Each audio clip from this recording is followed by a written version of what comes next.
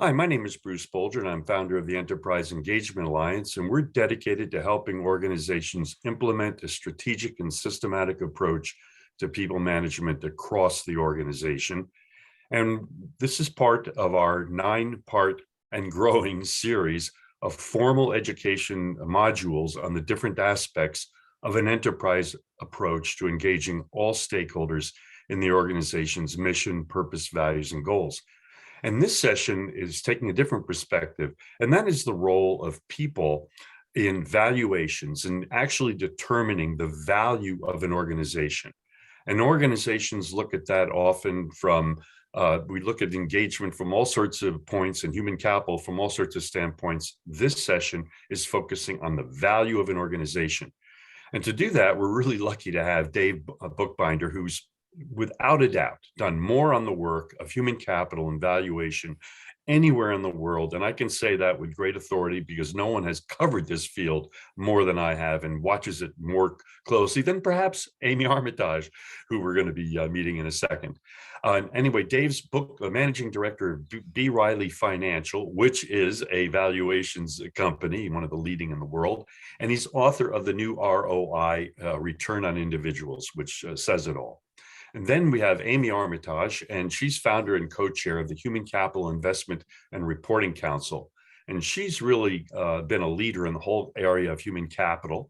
And she and Laura Queen, founder of 29 Bison, which is also a human capital valuations company. And she's also author of a new book, People Economics, Defining and Measuring the True Value of Human Capital. So we're going to kick off with a little panel discussion here. But first, I have to just thank the companies that different types of solution providers and engagement in all areas of engagement that help companies apply a strategic and systematic approach, and tell everybody that the Enterprise Engagement Alliance offers all sorts of free information on our portal, enterpriseengagement.org.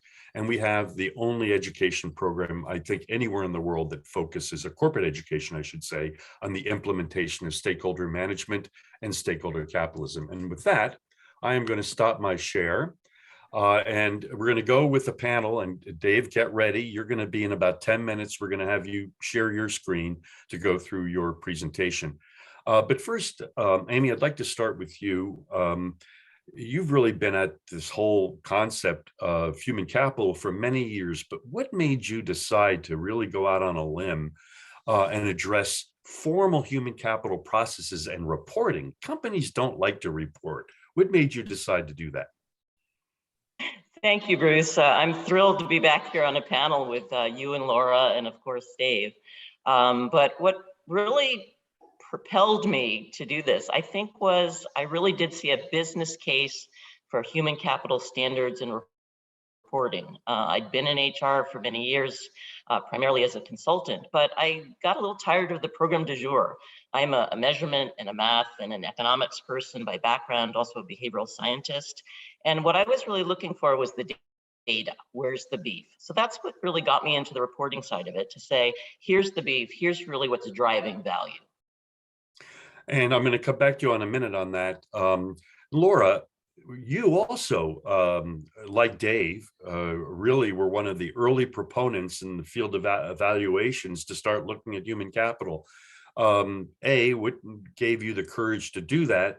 And if we're going to put it in terms of a baseball game, I'm sorry for any international people who are listening to this, what inning are we in terms of really human capital being seriously appraised in the valuation process?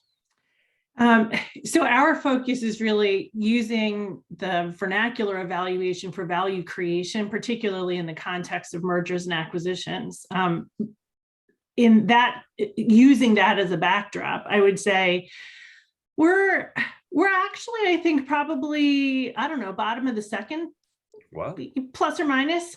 I think the last 2 years has really made a significant difference in terms of particularly the financial investors' view of why human capital matters and that it matters. And I'm sure we'll talk about that more.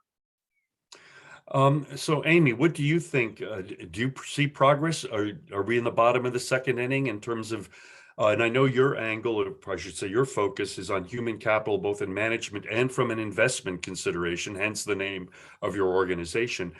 What inning are we in? Yeah, I think it's a great question, Bruce, but I also think that there may be no end to the innings in the sense of this is really a journey. It's a journey that some companies are just beginning.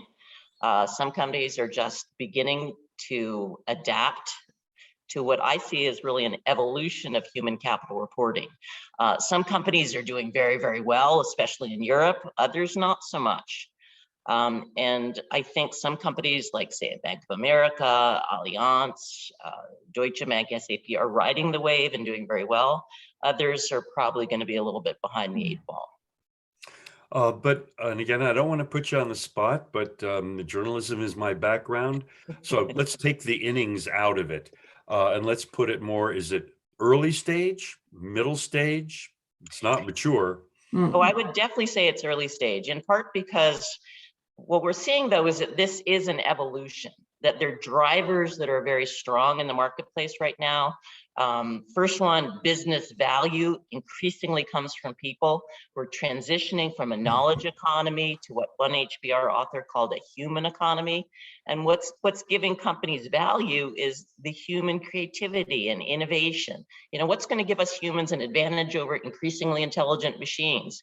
It's our passion, our purpose, our ability to collaborate. So I think that, and along with the demographic shift to millennials and the need for the older workforce, we're definitely seeing that people are the fundamental value of our evolving economy. Thank you. And I have a little battery reminder here. Excuse me. Shame on me. But thankfully, I have a solution. So in terms of the evolution of this, the drivers of it, by the way, Northeastern University is doing a comprehensive study of this entire movement, and I'm going to recommend you folks, if you haven't been contacted by them, it was the Walton Foundation that is funding this, and they're really doing a thorough job. And but I think that gives a sense that this is indeed, Amy, and they talk to me about ISO standards, but the bigger picture. So there is movement. And Dave, don't worry about your time, because we'll be able to let you go. I realized we can go overtime if you need it. So we're about ready to wrap up. But the drivers for this, they asked me what the drivers for this, and you touched on it, Amy. Investors are the drivers of it. But Laura, what are other what is really, because it isn't taught in schools. CEOs are not taught these metrics in schools. They are not taught the processes of implementation of human capital. In fact, I don't think most CEOs even have a clear vision of the key metrics that they should be measuring. So what is driving this change? Amy, I'm going to, Laura, you first, and then Amy, you did touch on it, but you could also round it out. Laura? I would have answered this question differently 36 months ago than I'll answer it now. As a matter of fact, I think probably Amy and I together might have answered this differently 36 months ago. We might actually have. There are a number of things. The world has shifted significantly in terms of its understanding, and I mean face-to-face individual experience of the value of human beings, driving aspects of our experience of the world and our experience of our economy. We have learned through the period of COVID how valuable, in any measure, frontline workers are to who we are, and how fragile the relationship between organizations and those frontline workers can be, right? So I think just in a microcosm, just that has changed our orientation to what the value is for individuals.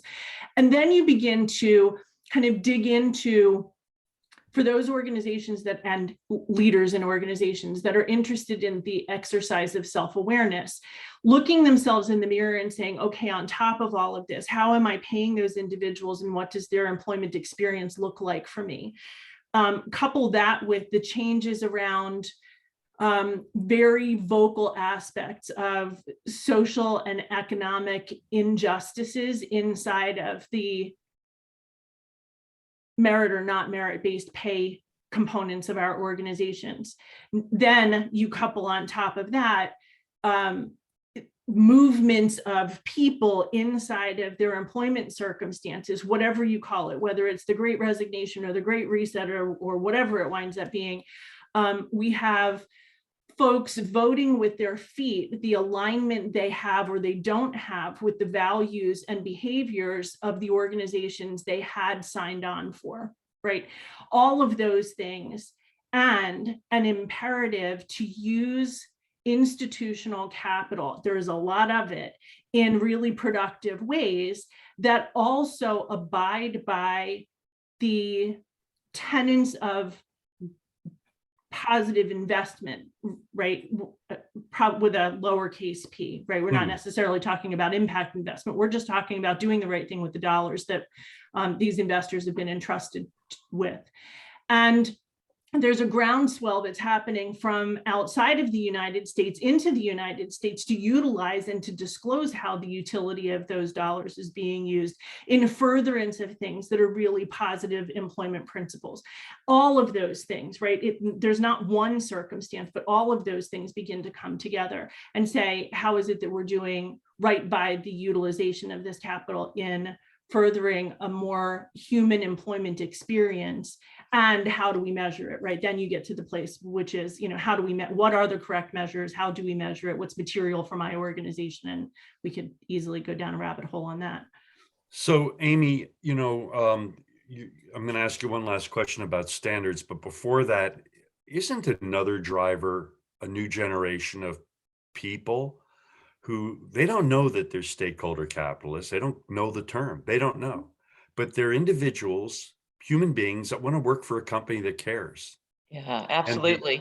And I know high-level engineers that would never work for Musk personally, top engineers who've said, I wouldn't work for him under any circumstances, even though I admire what he's doing. Yeah.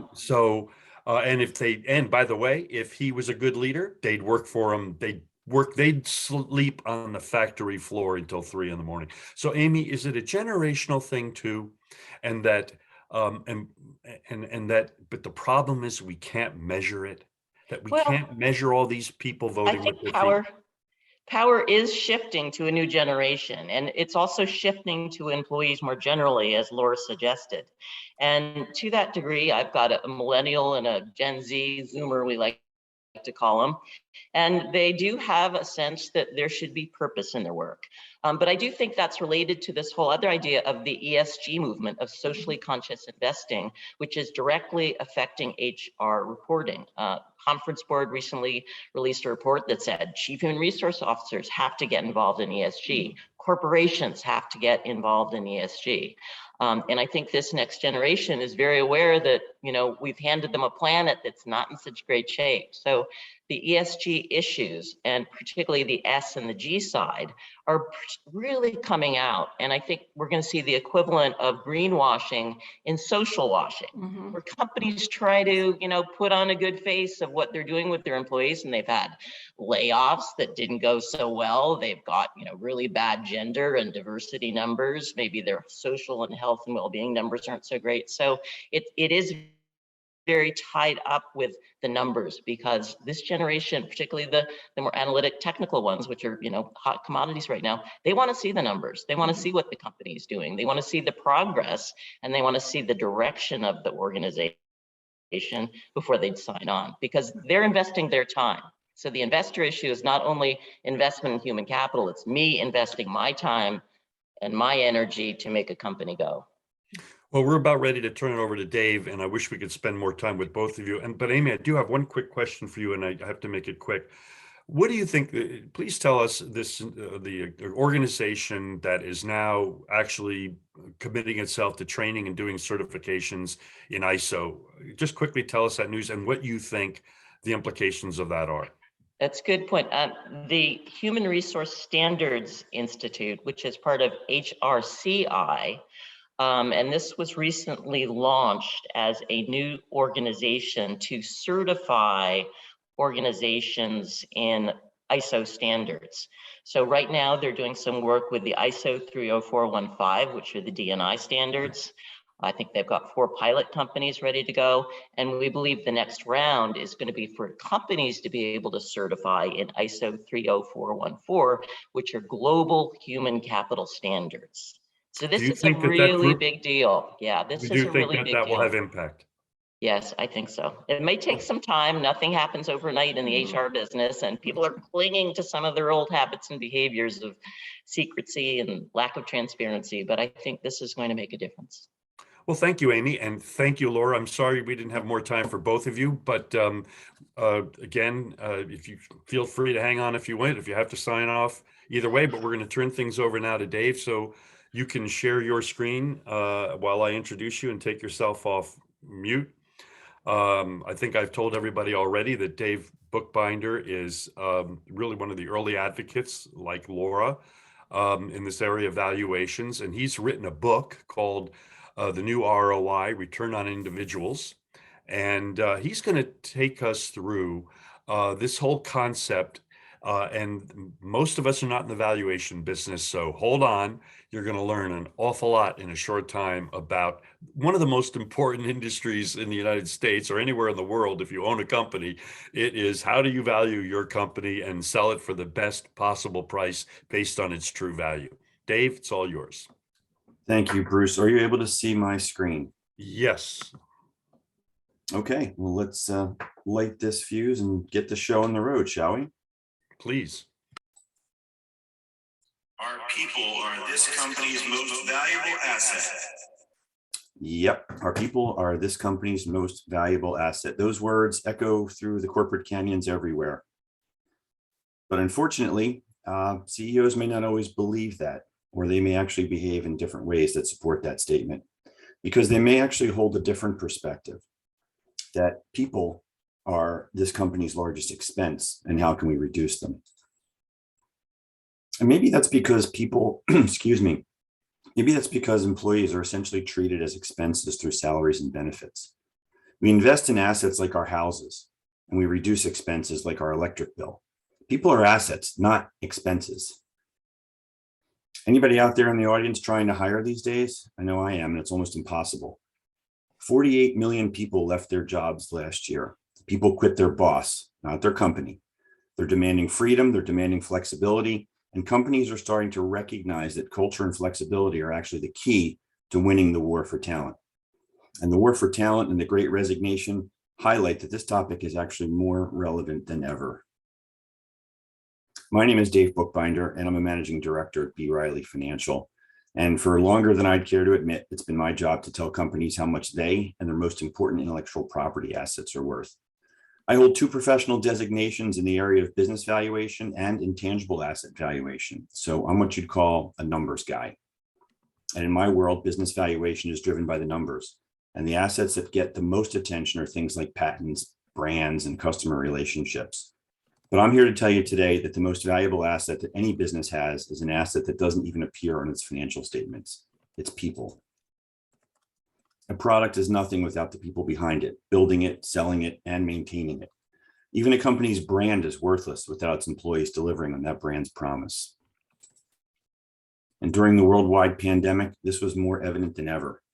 There were shampoo and scissors in hair salons, but no stylist to use them.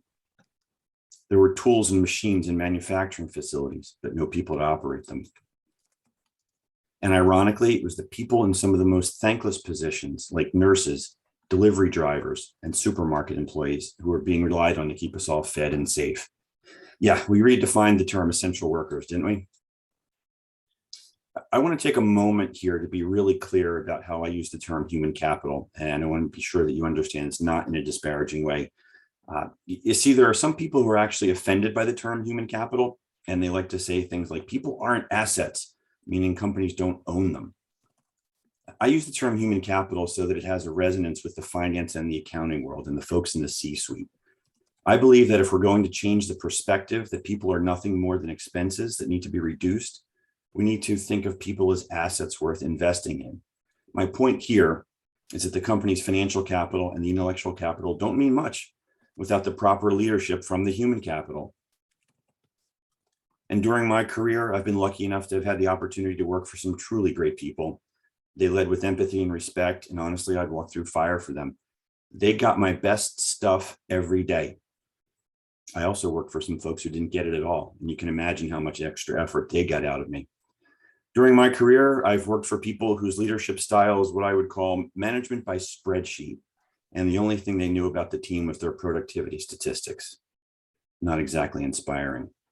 Have you ever felt like you were nothing more than a number to your boss? Nothing more than a number on a spreadsheet? If you have the ability to put it in the chat room, Bruce will monitor that and talk to me in my ear. Well, it was through their poor leadership that I learned firsthand about employee engagement and how it impacts productivity, discretionary effort, and ultimately bottom line profitability. And contrary to the way I was trained in the finance world where the focus is on the numbers, I never thought that the numbers told the whole story. Return on investment, or ROI, is a key metric used in determining whether to invest in a project, a business, or honestly, even an employee. Well, I believe it's time to consider a new ROI, a return on individuals. So I wrote something about how my profession values people. And I think I took a pretty big risk in mentioning that I don't think my profession really tells the whole story correctly.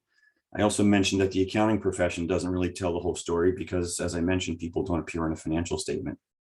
But I think the risk was worth it. And one article was all I really planned to do. I never intended to write a book, and now there's ironically a second one coming.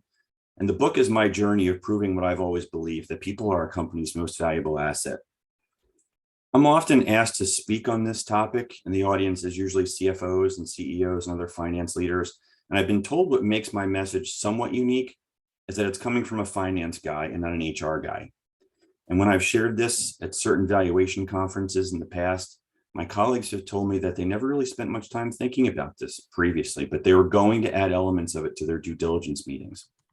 My hope for today is that we can consider a possible future state in thinking about how people contribute to the value of an organization. And you may have heard about the new ROI in some of these places. Forbes, in fact, recently referred to the new ROI as a growing movement that will influence financial reporting. That's certainly my hope. Here's a fun fact. It was actually also turned into a play. Laura Queen can tell you more about that another time. Let's talk about intangible assets. So human capital is an intangible asset. And this chart depicts the growing emphasis on intangible assets as a percentage of market value of the S&P 500 over time.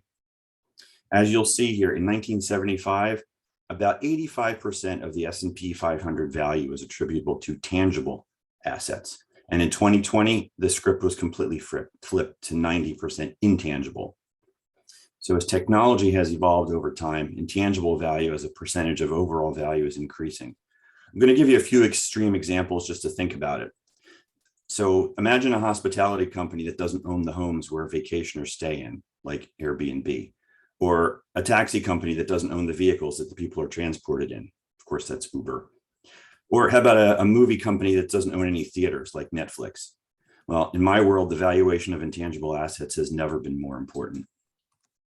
And much of my work is driven by the transactions in the M&A world, certainly the valuation of the intangibles that are acquired in a business combination. And as any of you out there know, the goal of mergers and acquisitions is synergy, that 1 + 1 = 3 kind of math. And the combined companies have to exceed the sum of the individual parts. But did you know that depending upon the source of the data, there's evidence that suggests that between roughly 70 and 90% of the M&A transactions actually fail to achieve their stated objectives? And this includes failing to achieve the expected financial performance, meeting those synergy targets, and also even meeting customer expectations. So here's some of the reasons for this failure. Top 4. Number 1, insufficient due diligence process. Improper target identification. So this one reminds me of a client of mine that was a medical device manufacturer that bought a mobile home builder. Can't make this stuff up, folks. Number 2 is what my profession thought would be number 1, not valuing the target correctly.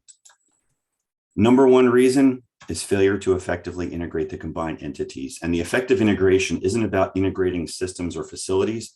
It's about integrating the people. I mean, if you think about it, they're the ones who will handle all of the other integrations, right?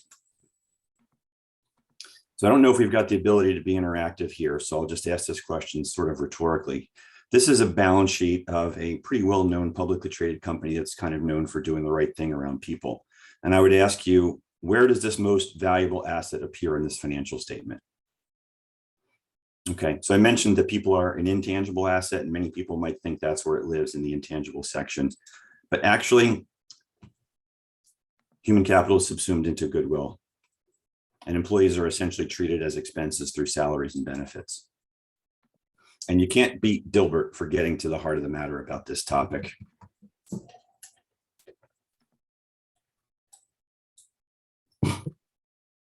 Here are two pretty well-known intangible assets: the Kellogg's trademark, and of course, Tony the Tiger, who's the advertising mascot for Frosted Flakes. Tony was introduced in 1951, and of course, he's an icon. And he's a brand of Kellogg's. But here's a fun fact about intangible assets. Intangible value is only booked if it's acquired, not created. So because Tony was created in-house, he doesn't appear on a financial statement.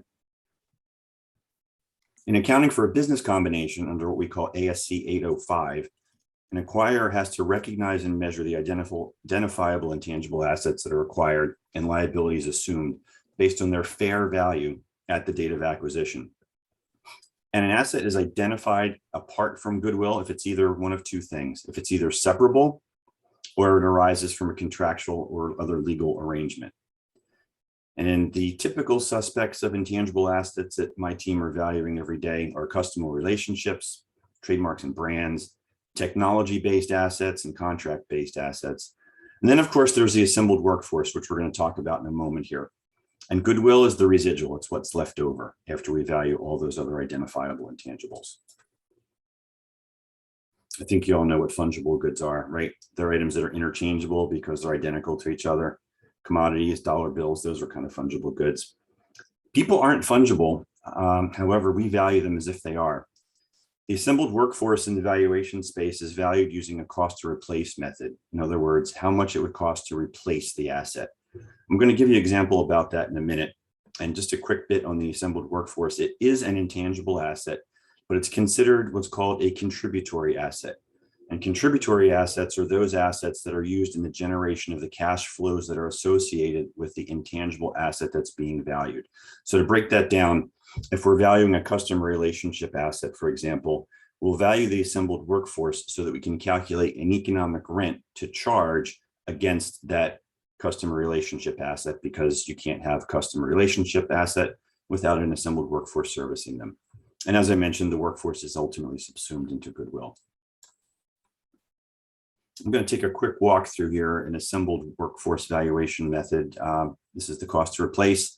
We have an accounting department here with an average salary of $70,000. And when we tally up the cost to recruit, interview, train, the learning curve, the cost to replace an employee is about $16,000, a fraction of the average salary. I want to point out that these are only direct costs. And for those of you in the HR space who are watching or listening, you probably recognize this because it's very similar to the cost of turnover calculation in the HR world. And again, since only acquired intangibles get booked in an acquisition, it's only the acquired assembled workforce that gets subsumed into goodwill. And I've asked the folks in my profession when I've done this talk in front of them, and they all agree it's fair to say that we spend the least amount of time focusing on this particular asset during an engagement. I mentioned before that the other costs that we consider were direct costs. Here's a few of the indirect costs that are worth considering when thinking about the cost to replace a workforce. And these are only an example. And I could certainly argue that if we included these costs, we'd certainly increase the value of the workforce right out of the box. But according to SHRM, the Society for Human Resources Management, the inclusion of direct costs to employee turnover is actually between 100 and 300% of the annual salary versus the fraction that we conclude. And also, anybody ever out there make a bad hiring decision? Yeah, you've learned it's pretty expensive, right? Bad hiring decision can cost up to 5 times the employee's salary. So let me summarize. Here's what the assembled workforce looks like today. And this is how we value the assembled workforce today. So more than just the direct and indirect costs, I like to consider what I call the intangibles within the intangible, like the loss of institutional knowledge, Anybody who's lost a key employee knows even after you've had them write that long memorandum that describes what they do and how their job functions, when they're gone, you start to understand the nuances of what they really understood. Like when the boss has a certain expression on his or her face, you know that's not the day to ask for funding or who to go to when you need information. And aren't the longer tenured employees maybe more valuable than the newbies? And certainly aren't the engaged employees more valuable than the disengaged ones? If there was a Mount Rushmore in the valuation profession, a fellow by the name of Chris Mercer would be on that mountain. Chris Mercer is quoted in my book as saying, the cost to replace method captures a cost, but the value of people is really in the benefit that they bring. And if their value didn't exceed the cost to hire them, they probably wouldn't have been hired in the first place. And as Dilbert will tell you here, resources are our most valuable asset, and the value is not in the cost, it's in the benefit.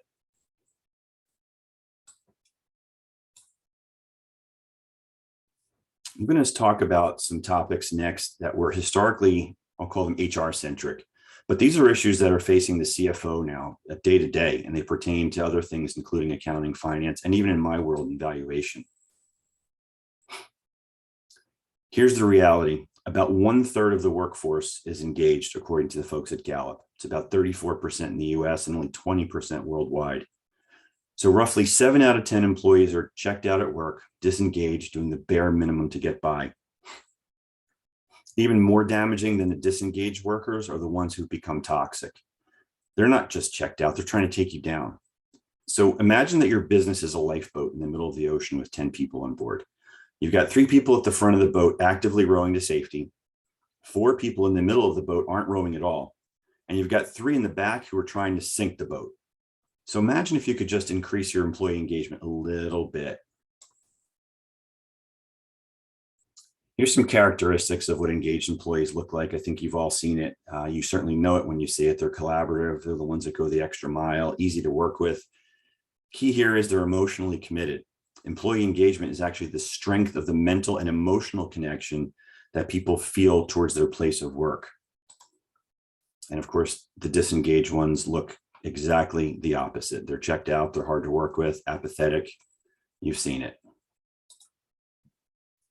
You want to know what an engaged workforce looks like? Take a look at Southwest Airlines, for example, if you've ever been on one of their flights. I'm sharing here with you now the Gallup Q12, which is the survey that they use to measure employee engagement. I'm not going to spend a lot of time on this here. If you're a leader, you need to be aware of these things. I've highlighted 2 of them in red. In the last 7 days, have you received recognition or praise for doing good work? Or have you given praise? Does your supervisor or someone at work seem to care about you as a person? If you're not looking at these questions day in and day out, you're missing a big point here, folks. So Bruce, I don't know if we have the ability to do a little quiz here, but this is the audience participation part if we're able to. It's the economic impact of disengagement, okay? Whoops, try this again. Okay, Bruce, talk to me in my ear if folks are responding. Yeah, there's no, this is a recorded seminar for future use. Never So mind. just do this rhetorically. All righty then. So question number 1, disengaged workers cost the United States about blank a year in lost productivity. Survey says about 500 billion with a B. The percentage of employees who are dissatisfied with their direct manager or disengaged, what percent? 80% of employees who are dissatisfied with their manager are checked out. And what percent of new hires fail in the first 18 months? Almost half. And of those failures, what percent are due to poor culture fit? Almost 90%. So here's another fun fact for you. In the US, the average age when people become managers of other people is 31. And the average age when a US worker gets their first management training is 42. So that means most managers spend a full decade not knowing what they're doing, and worse yet, doing damage. They're left to figure it out for themselves based on their own experiences working for ineffective leaders. And that's why the cycle continues. So let's put disengagement into context. Do you want any of these people to be disengaged? Your doctor, your airline pilot, or maybe the folks that work at the nuclear plant? What's the cost of disengagement here? Here's some of the actual benefits of engagement. What it comes down to is an engaged workforce is a more productive workforce. Greater productivity leads to increased profitability, and engagement is actually contagious. And every CEO that I interview confirms this. They tell me that being intentional about culture actually drives results. They say it takes about 18 to 24 months for this to get embedded in the DNA of an organization, where the employees know that you're actually serious about this and it's not just another fad initiative like the ping pong table.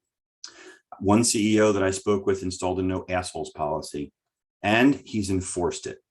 And certainly that sends a clear message to the staff, doesn't it, folks? So as a result of his intentional focus, emphasis on intentional focus on culture change, company sales are up, profits are up, accidents are down, and people don't leave. His turnover is actually close to zero. So imagine if we can include an employee engagement factor in our analysis, the valuation analysis of an assembled workforce. I'm actually currently working with a group that might make that a reality. So I mentioned that engagement is toxic, but so is disengagement. And I think it's important to make a quick distinction here between disengaged employees and toxic employees. So I'm going to define what toxic means. So think of a disengaged employee. They're the ones that are unhappy at work. The toxic employees, they're the ones that are acting out their unhappiness. I'm going to share some data with you now from the Harvard University studies that were led by Dr. Michael Hausman and Dylan Weiner, and they're in my book as well. Not surprisingly, toxic employees are overconfident, they're self-centered, but interestingly, although they're self-centered, they generally follow the rules. Only about 25% are more likely to break rules. I mentioned that bad behavior is contagious. When a toxic person joins a team, other members are actually more likely to behave in a toxic fashion. And in fact, they're about 50% more likely of being terminated as a result of that. So you put a toxic person in a good environment and they can really ruin it like a cancer. Employees are 20% more likely to leave a company with a toxic culture. Think about the economic cost of turnover when you process that statistic in your head. And interestingly, toxic employees are actually more productive than the average employee. Still trying to figure out why that exactly is, but some folks hypothesize that it's the toxic employees or the top performers because they've literally become know-it-alls. As a result of their behavior, they pick up information along the way and honestly don't share it. So here's a question for hiring managers. Are you better off hiring a rock star or avoiding a toxic employee? Well, the answer is you're actually better off avoiding the toxic employee when you start to add in the cost of turnover, training, morale. Also think about cybersecurity risk when you have a toxic employee as a part of the team. So the key takeaway here is bad employees have a larger impact on the firm than good employees. And the great resignation is actually driven by toxic cultures. So what makes a culture toxic are things like being disrespectful, non-inclusive, unethical behavior. And if leaders don't take toxicity at least as seriously as performance, we have a problem.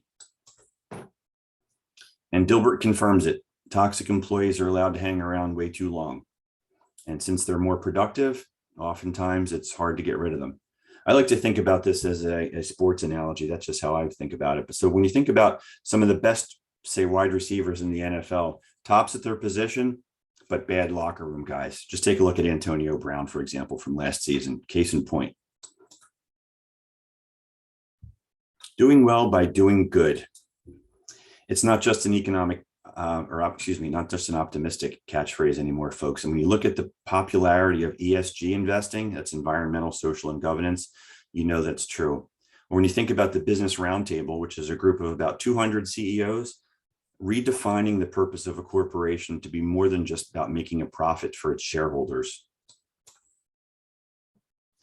Gang, there's actually a culture shift here happening. It's a movement. This is an excerpt from a letter from Larry Fink, who's the CEO of BlackRock, to the CEOs of his constituent portfolio companies. That culture shift movement is actually happening for a really good reason. And that is that the empirical data shows that companies actually do well by doing good. And you don't need to take my word for it. There are numerous studies on this topic. This is a Fortune's 100 best companies to work for study.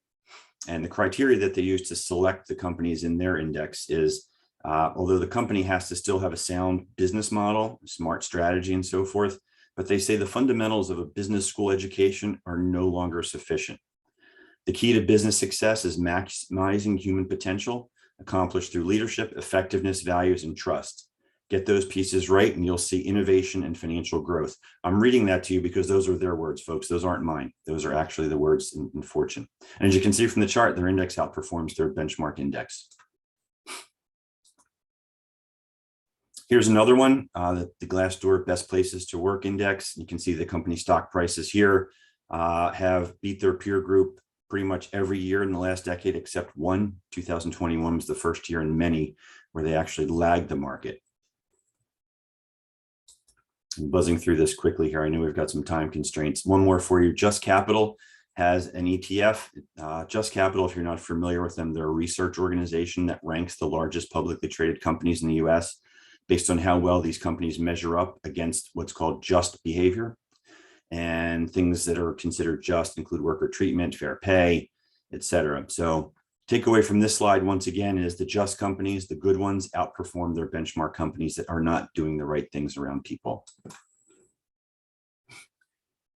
So the holy grail of employee engagement is when people give what's referred to as discretionary effort. And that's the going above and beyond, doing more than what's expected of them, going the extra mile. This is what drives innovation. It drives morale and it drives productivity inside of companies. The companies that invest in their people outperform their peers on just about every key performance benchmark, including turnover, productivity, profitability. Do it wrong, and the companies will incur the high cost of disengagement and ultimately the cost of employee turnover. The companies and leaders that get it harness that discretionary effort by creating a corporate culture where people feel safe and valued. And then they create brand evangelists, and their people tell their friends about how great it is to work there. So this allows companies to attract and retain the best talent. Imagine if you could increase employee engagement across the enterprise. And what impact would that have on a company's value? I'm going to spend a moment here and give you just a very brief history in the world of human capital reporting. I'm going to turn the calendar back to 2017 in July, when the Human Capital Management Coalition, which is a group of about 25 institutional investors that represent close to $3 trillion in assets, submitted a rulemaking petition to the SEC. That's the Securities and Exchange Commission. And they asked for disclosures on broad categories of information that they consider to be fundamental to human capital analysis, like workforce demographics, productivity, stability, and a whole host of other things. In the petition, they said that the greater transparency would allow investors to more efficiently direct capital to its highest value use, thus lowering the cost of capital for well-managed companies. I'm going to put a pin in that for a second, folks. Lowering the cost of capital for well-managed companies. I'm going to come back to that in a bit. So these are comments from October 2019. This is from then SEC Chairman Jay Clayton, where he says the historical approach of disclosing the cost of compensation and benefits isn't enough to fully understand the value and the impact of human capital. So he's saying here the costs aren't enough to assess the impact. And I know that we've heard that somewhere before. And then in August of 2020, in the middle of a global pandemic, the SEC actually mandated certain human capital disclosure requirements for publicly traded companies. Wasn't a lot, but in essence, they said that what they expect to see is human capital disclosure around employee attraction, development, and retention at a minimum.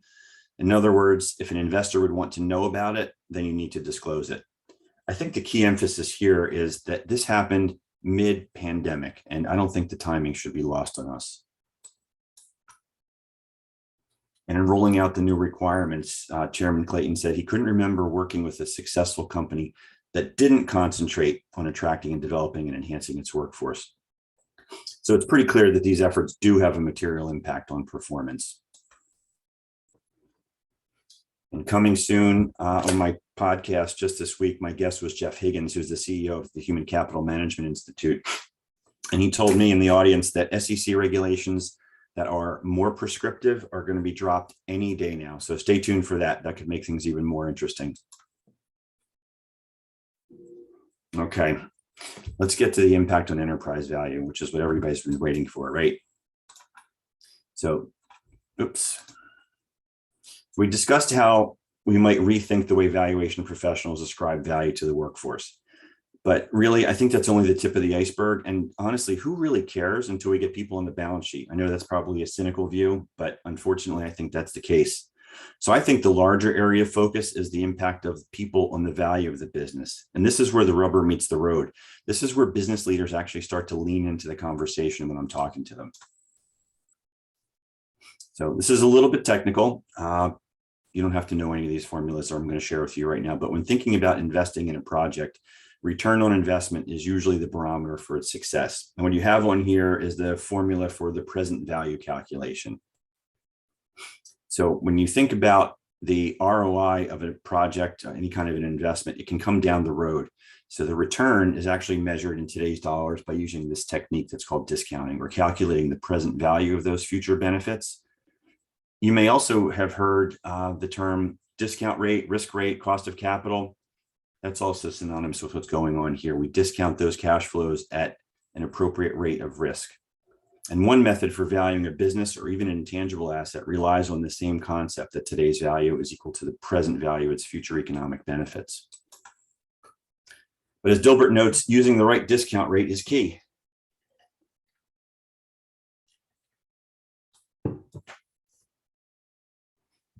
This is the formula that we use to calculate the discount rate, or weighted average cost of capital, that we use in evaluation. And again, nobody needs to memorize this. I put this in here so that Bruce can issue CPE if he has to, or is able to, because it's a kind of technical looking slide. But here's what I really want you to know. Every piece of this equation is based on empirical market data, except for one, the company specific risk premium. You see, valuation professionals include a component in the formula that accounts for those risks that are specific to the subject company being valued. And it contains subjectivity, and frankly, it contains judgment. So recall earlier that we pinned the notion that companies that are doing the right thing with people and they're focused their investments on they enjoy a lower cost of capital. I'm thinking that as the SEC reporting companies start to disclose their investments in human capital in a more meaningful way, we'll be able to correlate these human capital investments to stock price appreciation and ultimately enterprise value. And with that data in hand, I envision a modification to this cost of capital, and I call it the human capital investment factor. So imagine how including this might actually serve to enhance our discount rate calculations. In chapter 13 of my book, I introduce you to something called the Brand and Culture Alignment Toolkit, or BCAT. Their founder says that as people put their egos aside in the pursuit of the overall mission of the company, they adopt a common set of beliefs and values, and they start to express them with similar language and observable behavior.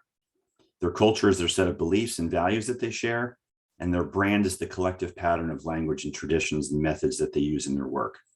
And by clearly aligning a company's brand with its culture, they can identify a pattern of ideal mission-aligned behaviors that people can actually use to become better at work.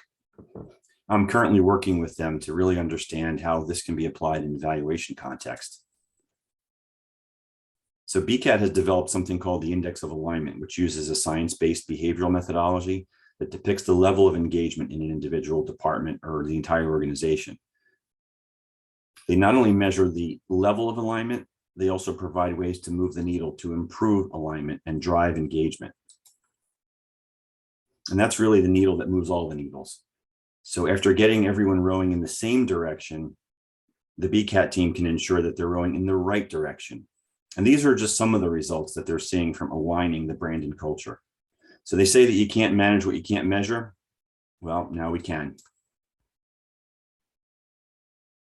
I like to think of a day when our evaluation of the assembled workforce might actually consider including an engagement component to demonstrate that the engaged employees are more valuable than the disengaged ones.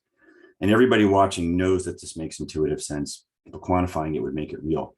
So wouldn't it be interesting to include something like that into our analysis? Yeah, absolutely. I also envision a day when we might incorporate this index of alignment or something that's similar to this in a way that we currently consider discounts or premiums in our evaluation analysis. I think my mic just cut out for a second there. But let's pull this all together. You're back. Yeah.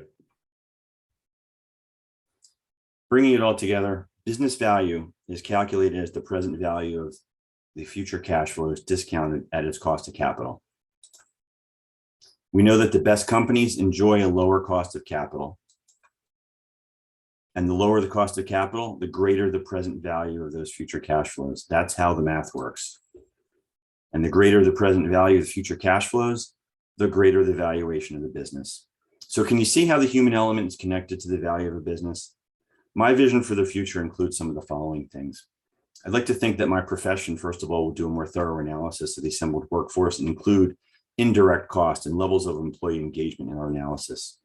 I think adding a human capital investment factor to our discount rate buildup could potentially have a large impact on how we value privately held businesses. And the inclusion of valuation and discounts and premiums that are tied to the index of alignment might be something that we consider going forward as well. And as a result of all these things, I'm hoping that the workplace becomes a more human place to be. So here's what I want you to take with you, folks, when you're done watching this. An engaged workforce is a more productive workforce. That greater productivity leads to increased profitability. The increased profitability leads to a greater value of the company. It's all connected. And every one of you has the opportunity to change the paradigm in the way that business valuations are determined. As leaders, you've got the opportunity to create more value in your business. Treat your employees with courtesy, empathy, respect, and watch what happens to their level of engagement and the impact on the bottom line. And that's why I like to say that the value of a business is a function of how well the financial capital and the intellectual capital are managed by the human capital. So you'd better get the human capital part right. Folks, the call to action here is leadership. People want to be part of a mission and they want to be appreciated for what they do. Invest in culture. It's all connected and it all starts with you. And if you'd like to learn more about this topic, please reach out to me. And if this message resonates at all, please consider joining our LinkedIn group called the New ROI Return on Individuals. Dave, that was terrific. It was exactly what we were looking for. Thank you very much. And for those of you who, for the algebra, like me, was a bit overwhelming, I think the critical point, Dave, that you make is that you can actually apply an algebra mathematics to looking at this. And unfortunately, for those who don't like the use of the term human capital, and I've heard that many a time, if you want to move the needle with the CEO and the CFO and the board, that should be part of the equation. So you've been right on time. You've given me time for one important question. I asked earlier of Amy and Laura where they felt we were. And I think in this whole movement, and their basic, I think they agreed we're early stage. What's your view of it? Yeah, I agree. We're early stage as well. And first of all, thanks again for giving me the opportunity here to squeeze like an hour-long presentation into, I think, maybe 35 minutes. So appreciate that. Good job. I think Laura mentioned that she thought we were in the bottom of the second inning. Maybe I'm just an optimist, or maybe I'm just naive. I think we may be approaching the middle innings, and I'll tell you why. Because I'm attending events where private equity sponsors are saying things that resonate with this audience. They're saying things like they recognize that people are their most valuable asset. They're actually making noises about doing things, not to measure it necessarily, but to change the environment so that people are actually appreciated. They realize what's happening here in value creation. And I'm hearing stories across professional services where during this great resignation, folks have learned more than ever that it's really the people that matter. So they're changing their culture in a way to try and not only attract people, but retain people. So I'm going to say maybe fifth inning, Bruce. Well, my big concern, though, is that companies throw a bright, shiny object at this because they're not trained. And they haven't learned about it in school, and they sort of, well, what motivates me? And so, yes, I agree with you, but I am a little bit worried we're in the bright, shiny object phase where companies are like the ping pong table image that you showed. So, but yes, I think the mathematics are in our favor. Companies can now measure more. Isn't that, at the end of the day, a key driver? Yeah. We talked about the work of Dr. Solange Shiras, who's also a colleague of the women that were on this program, in terms of human capital as an asset. I think, isn't the mathematics beginning to work in our favor here? I think so. And I think as we get more reporting requirements for the public registrants, we'll be able to more easily transfer that into the valuation of privately held businesses. Look, Bruce, I mentioned it maybe too quickly in the presentation, but Yeah, in my world, we value the assembled workforce, and it goes right into the goodwill bucket. We don't spend a whole lot of time dwelling on that particular asset analysis. And maybe that's really because people aren't on a financial statement. I think if we start to get more rigorous reporting requirements for the public registrants, and if human capital actually becomes a line item on the balance sheet once again, I think more attention is going to be focused on it, because now we're going to have to be considering, like I said, investing in these assets. Do you think we're ever going back to the old, are we going to possibly go back, or is Amy right? It'll be an ongoing journey. Again, maybe I'm naive, maybe I'm an optimist. I think we're going to get people back on the balance sheet. I really do. Wow. Great way to end the show today, the program. Thanks again, David, or Dave, Amy, and Laura. Thank you as well. And we look forward to having you and anybody on our future programs. I should say attending our future programs. Thanks again. Thank you.